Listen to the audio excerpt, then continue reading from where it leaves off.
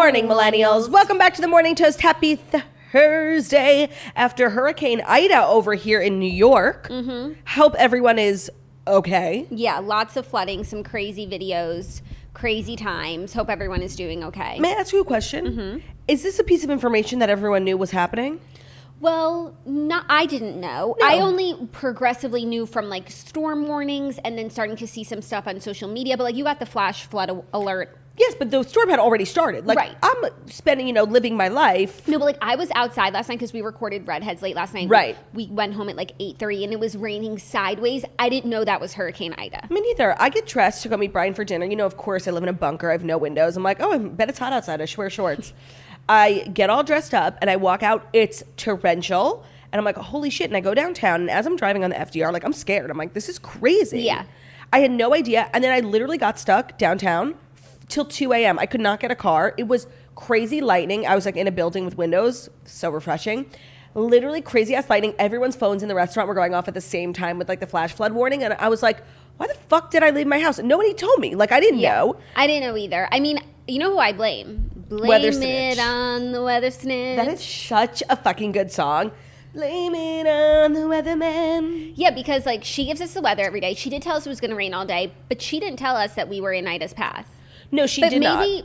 maybe she gets her information also like from some bad sources, and I just think we should always be blaming it on the weatherman because the weatherman never knows what the fuck he's talking about. Ever. But Brian, when we were together, he lives on the Delaware.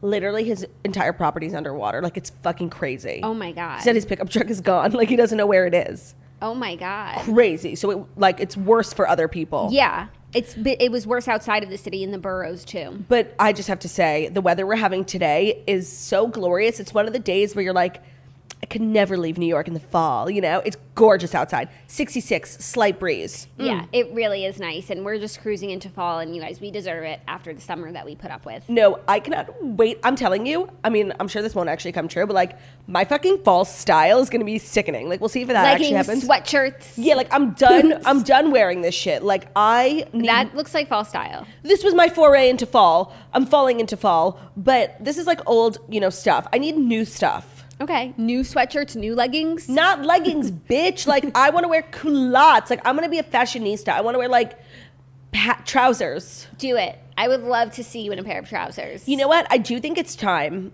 And I know, like, people have said this to me specifically in the past, like, as an insult. I do think I need a stylist. Like, how do people consistently have new clothes? I've been wearing the same shit since, like, literal high school. Yeah. Okay, do it. I need a rotating wardrobe. I'm an on-air camera person. Get a stylist.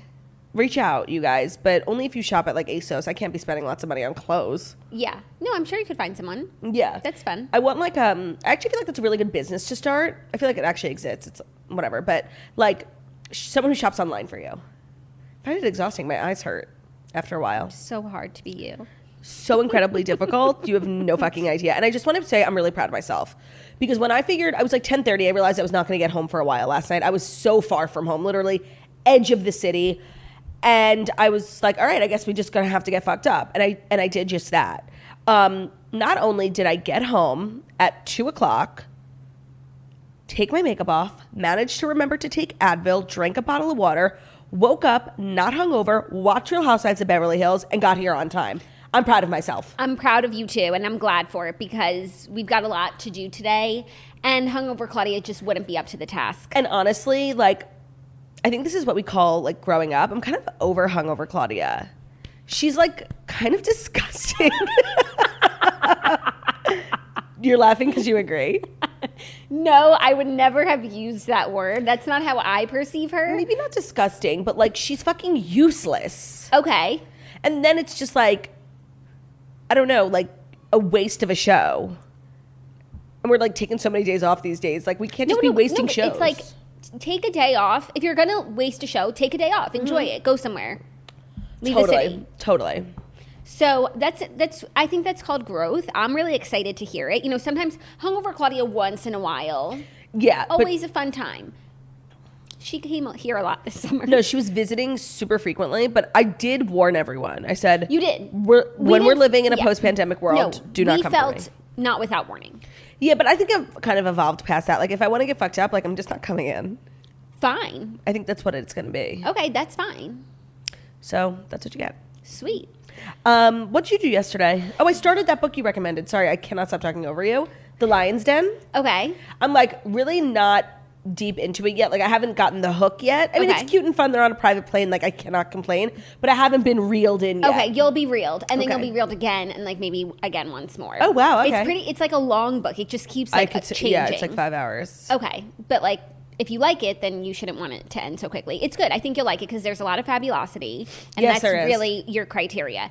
Yesterday was a busy day for me because we recorded the Redheads last night. We recapped and discussed We Are the Brennans, which was a really great book, and it was such a fun episode of the Redheads. We came here to the studio. We had dinner first, which is like my new. What'd you eat? Serafina.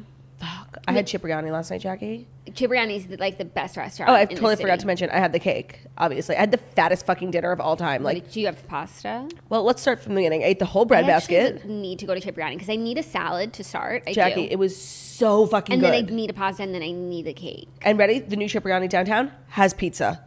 It was, okay, so I ate literally a whole bread basket. The guy was like, should we bring another one? I'm like, yes, there are more people coming. Ate the whole bread basket, then a margarita pizza that was so heavenly, like I could have plotzed. Then I got this, I forget what the pasta was called, but it was basically marinara and cream. So it was like a pink sauce. And they gave it family style. It was like the biggest platter ever. Oh my God, it was so... For a family of one. Literally. It was so good. And then I was so full, so we like sat at the table for a while and kept drinking. And then, you know, I wasn't full anymore, so we got the cake. And the cake, Jackie, it was better than I remembered. Wow. It was so fucking good. Wow. So you ate Serafina?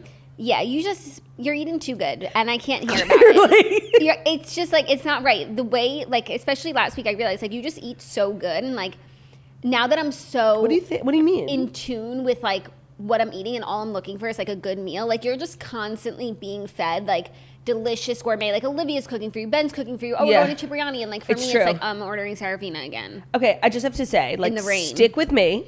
First Yeah. of all, that's what we're learning throughout your pregnancy. And second of all, I was literally talking about this last night with Brian. I'm like, you guys, me and Jackie have never been better. Like, we are so similar now that she's pregnant. Like, she's tired, she's hungry, and like, I can just finally relate to her. So honestly, like, we've got to go to Cipriani. That's the lesson We here. do. I So forgot good. how much I love Cipriani. Every location, and there's so many, and they're all so different, but they're all stellar. A new one opened downtown, and Jackie, it was the best one I'd been to. Oh, really? There's so many. The downtown one, like the West Broadway one, is like the cool one, and it's good. Yeah. But I love the one at the Mr. C Hotel. I think the pasta there is on In Beverly Hills? No, the Mr. C in New York. Oh, where is There's that? a Mr. C like down by the seaport. That's where I was. Maybe the Casa The Cipriani. hotel? Yeah, But I don't think it's called a Mr. C. it is. There's so many different brands under the Cipriani like umbrella. I can't keep It's up. confusing, but But it's they're called all- the whole building is called Casa Cipriani. And it's a hotel. Brian was staying there last night, so I went to his hotel room. Oh, so maybe they rebranded. was it a Mr. C? It was a Mr. C. I love the Mr. C in Beverly Hills. Except the beds are too small for four sisters to stay in one room, which is what we learned. Yeah, because they said 2 queen beds. I'm like, okay, we're sisters. 2 of us can bunk.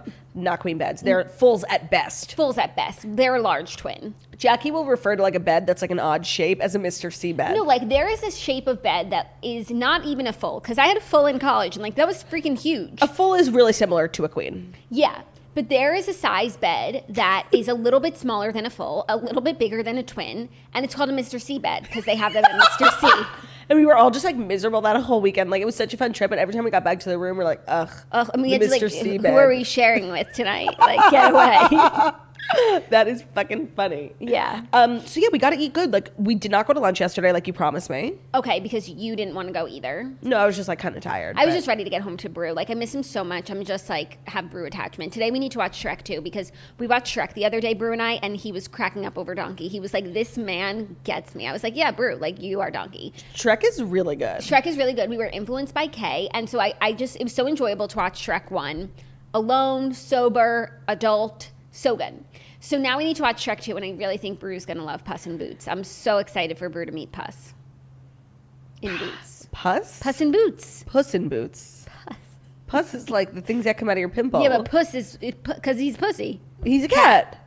Yeah. Puss. He's really inappropriate. It's actually like not kid friendly. No, the whole movie is the most double entendre Yes. of all everything. And that's how like the movie studios get the parents to take their kids to the movies. Yes, but most of the cartoons are not like that. Like, we watch Moana all weekend because that's Miss K's favorite movie. Oh my God, I've had it stuck in my head since then, like, and not in a good way. Mm-hmm. And it's not underlying raunchiness like Shrek. Shrek is on another level. I agree. Yeah. Shrek is like actually for adults. Yeah.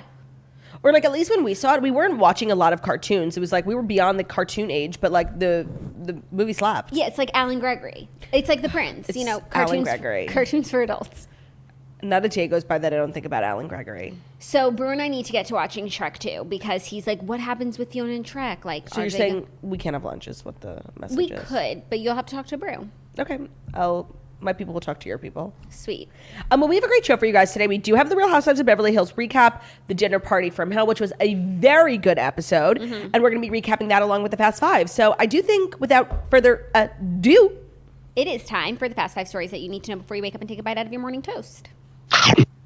And today's episode is brought to you by Spritz Society, your new favorite canned cocktail, sparkling wine, 6% ABV, started by yours truly. And we've got a Labor Day sale coming up. The code is Labor Day 15 at SpritzSociety.com, 15% off the entire website. So if you're looking to throw a BBQ or just have some people over, or just stock your fridge with some premium beverages that also are stunning to look at, try Spritz Society. We come in 4 flavors. We've got pineapple, grapefruit, lemonade, and blood orange. They're fabulous. There's a flavor for everyone. They're sparkling wine based. So we ship to most U.S. states. Head to SpritzSociety.com and also use the code Labor Day 15 for 15% off. You know, we have a code TOAST here, obviously, but this Labor Day sale is better than ours. So I'm not pushing code TOAST. I'm pushing code Labor Day 15, and it won't last long. SpritzSociety.com.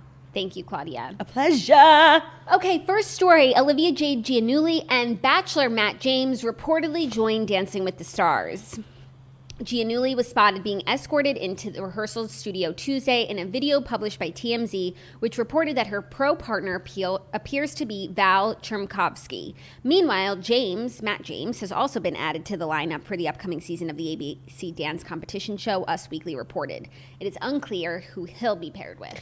I mean, this really is not a rumor because there's video evidence, and I'm just like taking a minute to ingest all of this. Okay. Like, for Matt James to do it, that's not surprising. People on The Bachelor go all the time. It's a great way to boost your fame. Matt has been doing a lot of that after his time on The Bachelor. Makes total sense. He hasn't been doing that much, but okay. Really? Yeah, I feel like him and Rachel are really low key, and like they just ride around New York on their bicycles and are just living life. That's so interesting. That's your living life. Like, they go to cool events because they're invited to cool events, but I don't feel like they're on the typical Bachelor tract of like thirst monstering. That's very interesting. I don't see it like that's not how it's been perceived for me. Okay, but nevertheless, him going on Dancing with the Stars is the natural order of things. Yes, but this Olivia Jade thing is throwing me through a loop, whatever the phrase is. Like, I don't know why this just like makes no sense, because obviously it makes sense in the sense that like she's an influencer, she has this like big scandal, whatever. But people who go on Dancing with the Stars, there is an element of desperation that Olivia Jade does not currently, nor has she ever possessed. Like, at the end of the day, she's rich as hell and she's like living life. So it's like people who go on Dancing with the Stars either like on their way up or on their way down, trying to bounce back. And yes, Olivia Jade could probably use that bounce back after like the college admissions drama. But I don't know. I just feel like she's better than this. Okay, I mean, I hear why you say that, because we always say, like, and Dancing with the Stars really did start as, like, celebrity wasteland, but I do think now it's a lot cooler, like, just based on the people that have come out of it and, like, the success that they've had from it. And Olivia, she's been back for a while now. It's been a long time since, she came back to Red YouTube. Table It's been Talk. a long time since Red Table Talk, and, like, she's nowhere. Mm-hmm. And I think, like, she needs a boost. She needs a boost, and her family, like, they're fine, and it's not about the money, but, like, if she wants to have a career, she needs to do shit like this. That's very true. And I feel like this is actually, like, a fun thing to do, like, as far as desperate activities go, like you could do Dancing with the Stars, you could do a Depends commercial, like I'd rather do Dancing with the Stars. I guess that's true. No, and Dancing with the Stars has come a long way. It used to really be for people who were on the way down in their career. But honestly, now it's like a 50% people on the way down and 50% people on the way up. So they've made huge progress in... And like JoJo Siwa's on this season. And it's a good season. I wouldn't say that she is going up or down. I feel like she's just a star. She's a star. Totally. And she'll be dancing with the stars. Makes sense. So I was just really surprised to hear this. Yeah, but you're right. Like, it does make sense. It's hard when you have a scandal of that magnitude, because even though time passes, you are left in this like vortex that you can't get out of, because it's like always a thing you're going to be remembered for. So maybe, I don't know if she like slips or something. She has to change the narrative. Yeah, she does. Like, she can't do that while, like, you know, just taking vlogs, Instagram mirror pictures. And even not even the vlogs. Where are the vlogs? She's done like 5 since her comeback. She's very sparse. Exactly. Also, some of the other contestants who were on for this season: JoJo Siwa, Kenya Moore. Shut up. Olympian Suni Lee. Oh, she's winning. That's actually like... No, and the Talk co-host Amanda Klutz, who is a dancer. She is? Right? She used to post all those dancing videos. She posts all those dancing videos. No, I think you're confusing her with like another like influencer who does like dance workouts. Who? I don't know, but she does Pilates. She's the influencer who did dance workouts. And then she became like so much more than that. But she's the dancer. Suni Lee, in my opinion, has the biggest leg up here. Or JoJo Siwa. JoJo Siwa, actually, she came from Dance Moms. She's a classically trained dancer. Keep that in mind. So is Amanda Klutz, I believe. Like, I think if we go to Amanda Klutz Wikipedia, like, she's Please a look dancer. It up. I'm pretty sure she's a Pilates expert, not a dance expert. Amanda Klutz is an American television personality, dancer, and fitness instructor. Okay, but her fitness was her dancing. I understand. But the dancing was a lot of jumping around, not like Dancing with the Stars. I understand. Okay. No, it's actually shaping up to be quite a competitive cast. Yeah, but we have this conversation every year. And like, relevant. Yes, we have this conversation every year about like, is it really fair? Like, of course, like I want Suni Lee to win, and she probably will. Like, she's literally like, there's nothing she can't do. She doesn't have to. Like, a lot of people really go on and struggle with like the constant, like the working out. A lot of people drop a lot of weight. Like, Suni Lee's been in Olympic training for 4 years. Like, this is nothing. Yeah. So she does have an unfair advantage. But Simone Biles was on. Did she win? No, I don't think she won. And people thought Lori Hernandez was on, and I do believe she won. So it's not like a guarantee, but remember Heather Morris was that's on. the iconic example. The girl from Glee. Normani was on. Yeah, that's unfair. That's crazy. And she didn't win? Yeah. That's crazy. That is crazy. That just goes to show. Like, yeah, no, it goes to show like that it's rigged. Mm-hmm. Normani's like the best dancer of all time. Yeah. And she didn't win Dancing with the Stars. That's actually really funny. Also, when it comes to Dancing with the Stars, I had something to say, and it was worth saying. So just give me 45 seconds. Okay, take all the time that you need. Dancing with the Stars. Now Dancing with the Stars reminds me of that Kanye song. I can't be out here dancing with the stars. Wait, what were we talking about? It was like right in my brain. Normani, Heather Morris, Simone Biles, Amanda Klutz. Yeah, it's coming back. Wait. Whatever. I hope Abby Lee Miller shows up. To root for JoJo? Yeah. You know, she's JoJo's biggest fan. Is she? She's come around. Even though, like, Abby Lee really didn't see in JoJo what the world saw in JoJo.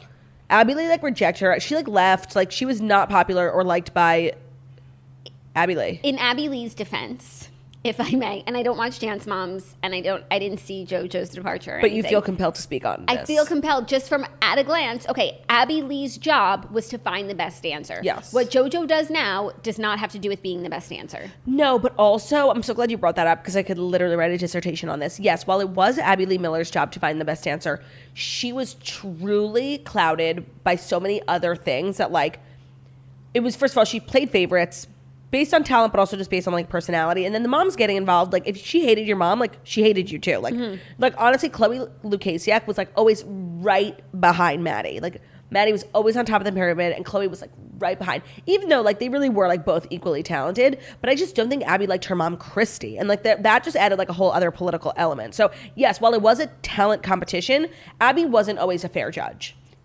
Fine. And the more seasons, not what I'm saying. The more seasons that went on, Abby became more and more delusional. Fine, not what I'm saying at all, but like the success that JoJo has had has been about her as a person, not as a dancer, not her dancing. You know, I agreed with that. There was just another element in your sentence I just wanted to correct. Sure, it sounds like you have like a bone to pick with Dance Moms. Like, I think we all do, Not me, because I didn't watch. You are so missing out, Jackie. I know, you've told me that, but Claudia, I just can't, okay? No, now, I told you it years ago. No offense, you're too old to watch it now. No, you told me it a few months ago, too. And Did I said I? I would watch it, but, like, I'm not going to. Maybe you weren't pregnant yet, because now that you're pregnant, you can't watch Dance Moms. My kid could watch it. Literally. Okay, next up, some sad news. Andy Cohen and the Real Housewives of Atlanta stars send love to NeNe Leakes after her husband, Gregg, dies of colon cancer. Gregg Leakes died at age 66 following a battle with colon cancer. Publicist and longtime family friend Ernst Dukes confirmed in a Wednesday statement. This is so sad. So sad. A few days ago, it was reported that he was, like, on the decline. It was happening quickly. NeNe opened a club in Atlanta called Lenithia Lounge, and she did like an event there, and I guess someone recorded it or just like told it to TMZ that she basically is like, I've been MIA, like my husband has been dying, and I'm just like watching the person that I love just slowly die. And then literally 2 days later. Yeah. So fucking sad. So sad. I was like hit really hard by it, you know? I think a lot of people were. Because he was like, NeNe like has been, you know, insufferable on the show. She's been great on the show. But Gregg has like always just been like her ride or die. I think a lot of people were like really moved by their love story. They got divorced and remarried. Like, I don't know. I feel so profoundly sad about this. Yeah. And I know everyone else does. Andy left like a really nice message on his Twitter, even though like I don't believe him and NeNe are even on speaking terms. Oh, that's so interesting. Yeah. But he said, I'm heartbroken over the passing of Gregg Leakes, a wonderful man. I jokingly called him Pastor Leakes, but in truth, he was a strong voice of reason and commanded great respect among the entire Real Housewives of Atlanta team. I'm sending love and strength to NeNe and the entire Leakes family. I do hope that like he reached out and maybe, Me you too. know, this could be a bridge. It would be great. And, you know, like during the end of her time on the show, NeNe was so mean and so unhappy. And it's almost like easy to look past that now, like knowing what she was going through with Gregg. Like any person would be terrible to their friends. Like, so I do feel like NeNe actually does deserve a second chance. And I just can't believe that like Gregg beat cancer, you know? And then like all was good and then it wasn't. Yeah. Ugh, I'm so upset by this. And I don't know, and like sad for their kids and NeNe, and it's just really sad because he was like the best. He was really integral in bringing Kim Zolciak and NeNe back together. Like he was just a good man. Like he really was a lovely, lovely gentleman. Yeah. And I'm deep, like I know she's not on the show anymore, but like the world and the franchise, everything will suffer without Gregg Leakes, and I'm so sad. Yes, I agree. His absence will definitely be felt regardless of her presence or not on the show. Yeah. And I hope all the ladies are properly. A lot of them have a lot of beef, like historical beef. Yes, but I think this is one of those things Me too. where like the beef is set aside because you know it's usually pretty superficial beef and it's like housewife drama and this and that. No, this is like Jill, Bobby, and Bethany. Yes. That's where everyone kind of had their rapprochement. Yes, exactly. Okay, our next story, Katie Thurston is reacting to Michelle Young's Glam Bachelorette promo. Up. So Michelle Young's Bachelorette promo dropped yesterday, and it is flames. Sickening. You know what it is? It's opulent. It's budget. It's budget. It's a Little Mix song. It's perfect. Like, it was just stunning. It really was like the creme de la creme of even like in the height of Bachelor days. Who got the best promos? When you think of the best promos, you think of like Hannah Brown. Like this was everything like that. And we thought those days were over because of Katie Thurston's promo. The t-shirt. Yes. Team Katie. So Katie wrote, y'all, I wore a rubber purple skirt backwards, which was a shout out to my vibrator. Regardless, I found love and I hope Michelle does too. Wait. That skirt was a metaphor? For her vibrator. I thought it was just ugly. Maybe it was like... Maybe the vibrator she brought on the first night, we couldn't see, it was blurred out. Maybe it was purple. No, but then why couldn't she wear it forwards? She wore it backwards with the zipper in the front. Does her vibrator have a zipper? No, but maybe it's like that way she can unzip easily for her vibrator. But for real? But everyone missed that. No, I'm just trying to understand. Okay. Well, I'm glad that Katie's seeing the hypocrisy in the budgets. Post-production, pre-production. These two pictures right next to each other are so fucking funny. Michelle is gorgeous. And like, I really did enjoy that. It was kind of a reminder of like the golden age of Bachelor. Yes. Because it was just like dripping in opulence and the roses. And they used to be like highly anticipated. And then recently, it's just been like less and less, and it's like, who fucking cares? But they brought it back from Shell, so that was nice. Yeah, that was nice. And it definitely, if you were on the fence about watching, like, I could imagine this would send you over the edge. And I also could imagine if you're Katie, this might send you over the edge. Yeah. She has a funny attitude about it. And at the end of the day, she found love and she's happy, and that's what matters. And the fact that she's in on the joke, like, kind of makes me like her, even though I didn't watch her season. I know nothing about her. I just love people who can, like, I feel like a lot of people, like, they would have, you know, their horrible promo moment. They would see the girl after them, like, literally 2 months later, and be like, feel bitter about it, and then, like, on a podcast in a year, like, talk shit about it. Totally. And it's like, she just was letting us know. She came out. She's being honest. Like, I'm here for it. Actually, you know what? I totally agree. Like, I have major respect for that. Right? Totally. So that's exciting. What was Katie's song? Do you remember? Do you think I literally know anything about what happened to Katie? Usually the song Which Little Mix song is it? However do you want me? I think so, yeah. However do you need me? I mean, you can't go wrong with a Little Mix song. You just can't. I have to say, the Little Mix bops that have been dropping, no offense, since Jessie left, are so good. That David Guetta song, how does it go? Heartbreak Anthem. This ain't a heartbreak anthem. I don't care what happened. So fucking good. Like, I don't know. Maybe Jessie was holding them back the whole time. No, see, as someone who's been there from the beginning, really, with these girls, the songs were great with Jessie. I was kidding. But with Jessie's gone, nothing has changed. That's what I've realized. And you know what? That's very similar to, like, when Zayn left the band. Like, honestly, my favorite album from One Direction is the one where Zayn wasn't in it. Yeah, 4. Honestly, 5 is too many in a band. 4 is a perfect amount. Okay, but now Little Mix is 3. A trio. How fabulous. Yeah, no, I agree. Like, just 4 Little is Mix great. Can't be stopped. A 4-part harmony. Like, 4 is actually a great number for, not a band, like a group, because bands play instruments, but... No, and Little Mix takes no time off. Like, I follow the Little Mix account on Instagram, and, like, literally every week they're dropping a song for the last 5 years. But you know what? 2 out of 3 of them just had babies, so I actually do think now they might be taking a small break. No, it feels like it's more than ever now. No, because that song is everywhere. The Heartbreak Anthem. It's so good. Like, if I'm not listening to that song seriously in Ibiza in the next 6 months, like, get me out of here. I think you missed your season for Ibiza. I know. What's coming up? In the fall, people go to... Okay, like, take me to Aspen. Oh, no, I can't deal with that altitude anymore. I'm never going above sea level ever again. Where do people go in the fall? Maybe, like, Lago An apple de Como. orchard? Where? Lake Como. Okay, sure. Whatever. No, actually, I'm pretty sure, like, everyone went to Lake Como in August. But whatever. Wherever the cool travel destination is for fall, like, put me there and put that song on, and, like, I'm just going to show everyone my tits. Like, I think it's Newport. Oh, yeah, we've got to plan our trip. I know. Okay, our next story, Kanye West seems to hint at cheating on Kim Kardashian after 2 kids in new song Hurricane. Okay, I totally missed this. 100% missed it. In his new song Hurricane, which is featured on his recently released 10th studio album Donda, the rapper seemingly hints that he cheated on his estranged wife Kim after welcoming their first children together. The lyrics go like this. Here I go acting too rich, here I go with a new chick. And I know what the truth is, still playing after 2 kids. It's a lot to digest when your life's always moving. Then another... Wait. Okay, it could also, the way that I perceive it, it's written in like a weird, bizarre, like third person. He could also be talking about Kim. Like Kim cheated. Just devil's advocate for a second. That Kim is acting too rich. Kim has a new chick. Oh, never mind. But yeah, maybe it's like that. They're in different tenses. Because there's a big rumor, about Kim and Drake. Yeah, but maybe, sure. Okay. Say that's true, whatever. But, like, if their marriage was strained for so many years, like, Kanye probably got some, too. Of course. So, still playing after 2 kids. Is that the only line that references it?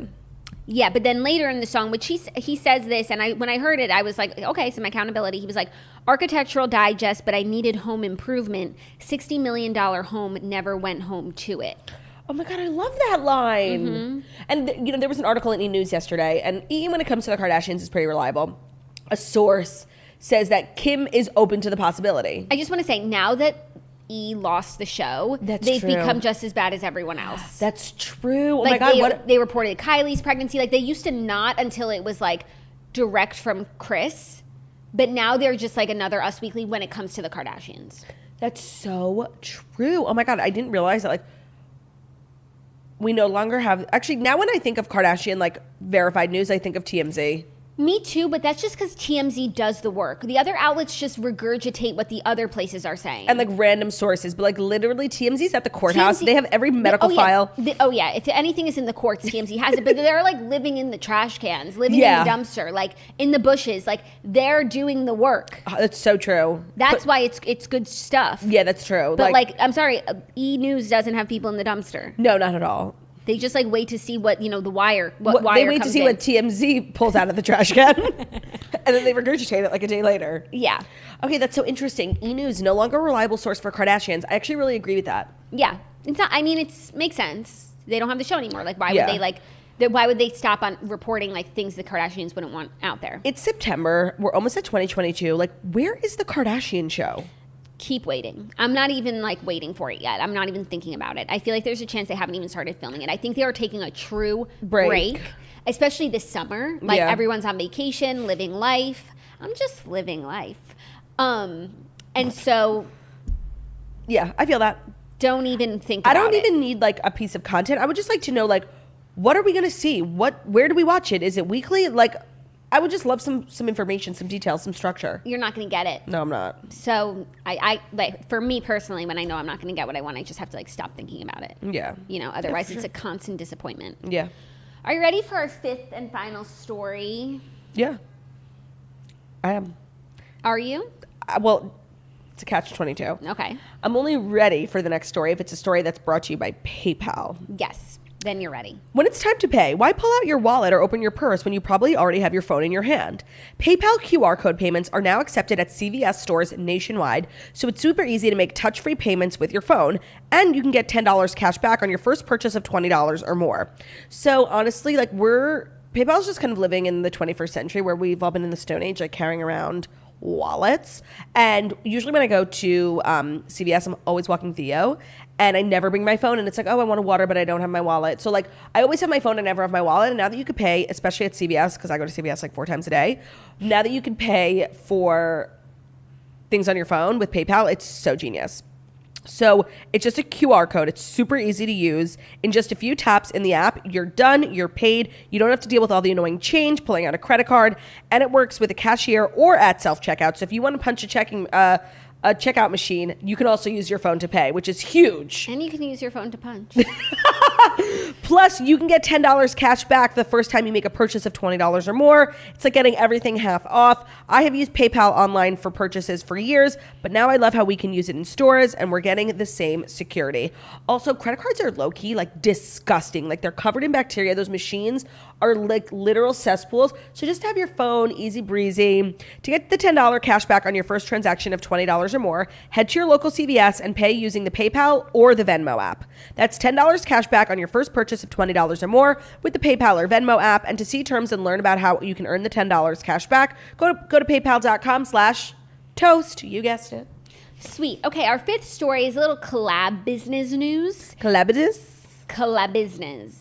Spotify is taking over Delta's entire in-flight audio section. Oh my God, it's about time with the radio. Like Spotify has announced that it's taking over the audio section of Delta's in-flight seatback entertainment by offering its most popular playlists along with 42 select podcast series starting on September 1st.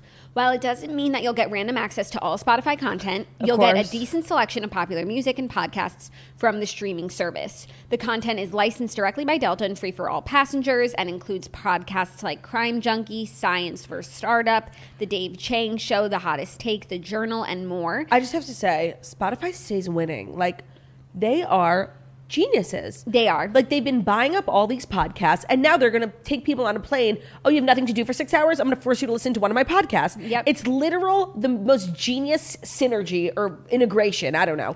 It's so smart. I'm sorry. Like, you can be mad, but they're winning. Yeah, you'll also get access to some of their playlists like Mood Booster, R&B, Hot Country, Mint, Today's Top Hits, Relax and Unwind, Hot Rap Country's Caviar. a great playlist. Yeah, Rap Caviar. People love that playlist too. And people love Indie. Mood Booster too. Yeah. So pretty cool synergy news. No, it's so smart. Like, it's every time Spotify does something, like, I'm sorry, they're They're the best in the biz. And I'm surprised like Apple No, Podcasts. and Apple, like the small changes that they do make are just making everything Worse. Like the new browse and like and every podcast has a channel. Just stop overcomplicating it. Yeah, and they like move the charts to like the way bottom, and it's like that's the only thing you guys have going is your charts because like the charts are extremely telling and they're updated frequently. Like even the Spotify, I look at their playlist, their podcasts, and like they have the top charts for shows, and then but it's not very like, confusing. but not episodes. It's just like they're not charty over there. And like Spotify's still like not, they're big, but they're not the biggest in the podcasting space. Apple is. So like you would trust an Apple podcast chart.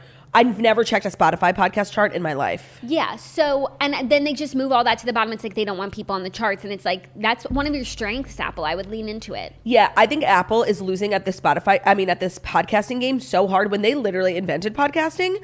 And I think in like less maybe than 5 years, no one will be listening to podcasts on Spotify. They're just shitting the bed. They announced...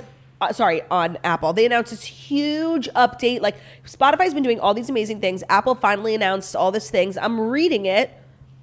I'm like, who fucking cares? Yes, you can offer like a subscription on Apple. But do you know, literally as a creator, they take an enormous percentage of your, why would anyone host a subscription service on Apple to give Apple a part of their percentage? Like you're monetizing your own audience and giving money to Apple? And the Apple platform sucks. Like, I'm just, every time they announce a new update, I'm like, you guys are not reading the room at all. No, and the Apple platform sucks. Like, every single day we post our podcast, and when we post the picture onto the Instagram, it means that the audio and the video are both up unless we specify that the video is not up yet. Right. Every single day. And every single day, there are people who are like, why isn't it on Apple yet? And it's like, because Apple fucking sucks. Yeah, Apple sucks. Literally, a few weeks ago, Apple took almost 24 hours to upload our episode. It was on Spotify in a couple minutes. We upload through like a back-end dashboard, and they distribute to all the platforms. Mostly people just listen on Spotify and Apple. And literally, and I put in a ticket with Podcast Connect. I'm like, is something broken for 24 hours? They're like, it can take up to 24 hours. It usually doesn't, but I'm like, it can? No, but I've also seen other creators, other podcasters who are like, it's not showing up on Apple yet, like listen on Spotify. Or if you subscribe on Apple, you have a better chance of getting it in your library than if you don't subscribe. But it's like, just fucking fix it. No, like the most fundamental part of the podcast app is accessing podcasts. And they can't even do that. Yeah. So honestly, this whole Delta thing is genius. I think that I'm actually really surprised because as far as I know, the only airline that has a partnership with the streaming service is JetBlue. And JetBlue isn't an enormous airline. It's really not even that international. But none of like American Airlines, United, Delta have partnerships with like Netflix. And I'm always surprised because you're stuck on a plane. If I just had everyone has to bring their iPad. If the stupid TV just had Netflix, like what a joy it would be. So I think this Delta Spotify integration is actually going to be huge. And the whole audio element on planes is so broken. I think up until now, the Delta partnership has been with SiriusXM. So you can go to the radio tab of the TV and listen to like 40s on 40, 50 on 50s. And it's just not it at all. No. And like, when are your AirPods going to be able to connect to your entertainment? Totally. I mean, it would definitely be, a feat because then everyone's AirPods pop up. Oh, yeah. How do you handle that? But it's 2021. Yeah. So I'm sure there's a way. No, and if there's not a way, like the headphones that they're passing out are just not cutting it. Oh, no. Oh, no. Oh, no. Okay, let's talk about Real Housewives of Beverly Hills. Let's. The dinner party from hell. I think that's so offensive towards Kathy Hilton because... I couldn't agree more because it was heavenly in there. It was heavenly in there. I was living for every minute. I mean, the way some of the women were behaving were like really cringy and like embarrassing and like they've never been to a nice place in Lisa their Rinna. life. Lisa Rinna. Even like Dorit a little bit. Sorry. Yeah. I love her so much. Sorry, no, but honestly, this was not a good episode for Dorit. Well, it wasn't. First of all, I wasn't a fan of pigtails at the most elegant dinner party we've ever seen. I wasn't a fan of like literally giving me Kyle and Shahida vibes with her fucking fake ass wedding dresses. Like, this is Real Housewives of Beverly Hills. I'm sorry. Stop. We are beyond stupid ass. This was Salt Lake City fashion show. Like, oh my God, stop. We are beyond these little projects. Like, these women, the Hiltons, like, we are beyond these little projects. I'm sorry. Like, even Beverly Beach was dumb. Like, I'm sorry. She's Dorit, allowed to work on her things. No, of course, but like her trying on these 3 dresses. The dresses were so pretty. When there's so much else going on. Okay, like, come on. The dresses were pretty. I thought it actually showcased like a cute dynamic between her and PK. I was not offended by any of it. Not offended. I just thought like we are above this. I enjoyed that scene considering it was like a personal home scene, which usually I don't enjoy. Okay, I did not. Okay, so we disagree. That's on crazy. That. If anything else happened, the only other thing that happened in the episode before we get to the dinner party is Crystal had everyone over to talk shit about Sutton. Oh my God. What the fuck was that? What the fuck was that from Crystal? Really? I forgot that they hated each other, that they had that I know, because explosion. you know what? They said they put it behind them, but then like everything came out of like how Crystal really feels about Sutton when she was around one person who also doesn't like Sutton, which was Erica. And also low-key Kathy. Well, Kathy was just basically being like, you're so worried about your reputation. Don't worry. Nobody knows who you are. And then Crystal, and it's okay for Kathy Hilton to say shit like that. But then Crystal was like, yeah, I don't know who she is. So we don't know who you were either, Crystal. Like, relax. Crystal like also said that when she first came on. Yes. She said that about Dorit. And that seems to be like her thing. Her measure for like if someone is worthy. And I think it's kind of low. And it's hypocritical because Kathy Hilton can say shit like that. Crystal, we hadn't heard of you. Maybe some people had heard of your husband. That's what Garcelle said. Right. And I'm so glad Garcelle pointed that out. Like, I'm sorry. You can't say shit like that if you're not a household name. But also, just because you haven't heard of someone doesn't mean that their opinions don't matter or that they're not allowed to be concerned with their name or this, that, and the other thing. And also, something that colored my view of the episode last night was this unseen moment that Bravo cut out, but they put in like unseen scenes at the meeting at Dorit's house when Sutton got everyone together to talk about Erica. It's a really big piece of information. It's a really big piece of information. Sutton shared that when Erica was first going through her divorce, that as Sutton had been through a divorce, her lawyer said to her, you know, you might need someone who you can lean on for money. You know, they'll pay you back after, but like you might need some money right now. So Sutton said to Erica, like when she had just initially gotten divorced, she said, you know, I knew that my lawyer said this. If you ever need me to be that person, I will be that person for you. Right. And so we don't know if she ended up giving her money. I don't think she did. Right. But so I just think like Sutton is entitled to feel how she wants to feel. Where I'm losing Sutton is she's a big, bad mama jamma talking to everyone. And then she talks to Erica and she's like, bleh. Yes and no. I think the way that we're seeing it, yes, it's like she says she has a big voice when she's not with Erica, but then she gets to sit with Erica and nobody fucking lets her speak. And maybe she's being long-winded because she's trying to couch what she's saying, the ultimate message. She's trying to make it sound less harsh, which I think it's like not necessarily two-faced. And then she has Rinna and Kyle saying, be honest, Sutton, and she's trying to fucking speak and no one will let her speak. No, I'm sorry. Kyle, I do think was justified. Like literally she said in her backyard to Kyle, she was like, I am going to tell her straight to her face, I don't believe her, blah, blah, blah, you're a liar. And then she's just getting there and they're having the conversation for a while and Sutton never lands the plane. And she's like, no, like I support you. And Kyle's like, what the fuck? I'm sorry. I actually really appreciated Kyle. Like if you're going to take a stand, take a stand. I just think we're not seeing the whole conversation because That's possible. I really, it's too confusing. And also like Sutton is not backing down. Even when Erica talks to her like she's the literal shit on her shoe. Erica has to stop doing that. It's like Erica's behavior last night completely turned me off to her. And Me like too. Even wanting to try and find out like what she did or didn't know. Like that's just not how you speak to people. And also like just be like these people are your friends. And if they weren't, you'd fucking know it. But doesn't mean they're not allowed to ask you a question about like the biggest thing that's going on in town right now. Right, because Erica's like, you're torturing me with this. Torturing, it's everywhere. Like, what are we supposed to do, not talk about it? Right. It's so stupid. And it's like, I don't know what the right way to go about this is. Like, definitely not the Lisa Rinna blind loyalty, moronic way of going about it. I feel like the person who has the most realistic outlook on it is probably Kyle. By the way, did you think it was weird that Kathy's like go-to butler didn't know who Kyle was? I did think that was She was weird. like, I'm Kyle, I'm Kathy's sister. I just feel like they're not close. I don't know, but I think the person who has the most realistic outlook on it is Garcelle. And when she said last night, like, and no one has any, like, the women keep saying, and when someone else brings up the orphans and widows, they're like, yes, of course we're worried about them. Like, no one is mentioning them. Like, Garcelle was like, these people had nothing, and now they have less. Like, totally. Where is the energy for that? No, and this victim mentality from Erica is really starting to bother me, like crying at every meal and look at my life. What about the life of people whose parents died in a plane and they literally got no money? What about their lives? I'd like to look at their lives because they seem a lot worse than you living in your casita. Like, you're fine. Yeah.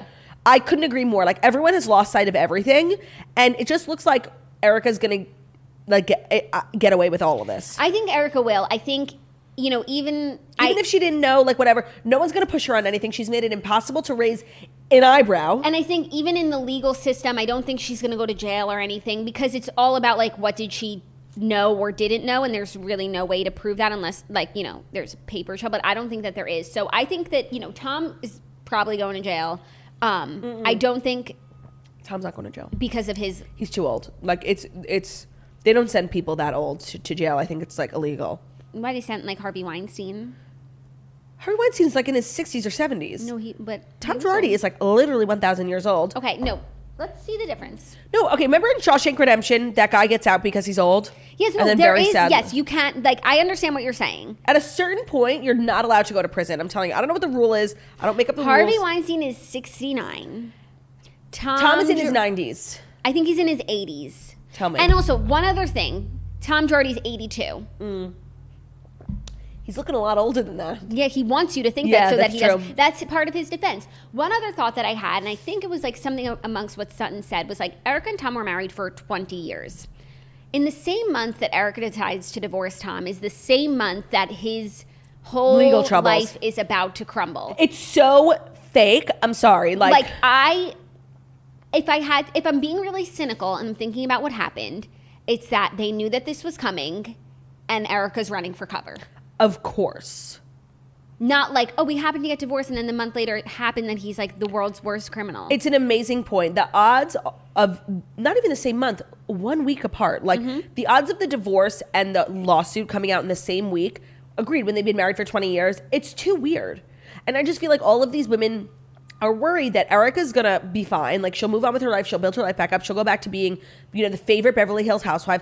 And then she's gonna hate you because literally 5 years ago you questioned on whether or not she stole money from orphans. So that's where Dorit is now. She's like, no, I support you. But also Dorit is like, you know, the audience fucking hates Erica. The audience is not standing for this at all. The audience stands with Sutton. And the audience thinks Erica knew everything. So it's like, which side do you play? Like, you want to be popular and you don't want your Instagram comments to be flooded with like, you are supporting a mongrel, but also like, you have to survive with these women. And if Erica doesn't like you, like, she makes it very known. Like, she is fucking annihilating Sutton. And it's like, even though Sutton has decent intentions and Sutton like has fair points, she doesn't even get to them because she's getting annihilated by Erica. So Erica's impossible to talk to. And this is an impossible situation for the women. She's like, do I support my friend and maybe down the line she won't kill me? Or do I ask like the ethical questions and have the audience be behind me? Erica, I mean, Lisa Rinna has made it abundantly clear, like, she doesn't give a shit if the audience likes her anymore, which is crazy because that's all she cared about forever. Yeah. But I think what she does care about is being on the show. Right. And being in the good graces of the women and never being at a position where like you're kind of out of the group that you could be like cut out of the show. Yeah. Because at some point, if you're just not really friends with anyone and you're like boring, that's grounds for firing. Like if you're like on the outskirts. So the dinner party continues next week. It's just... We didn't get a preview though.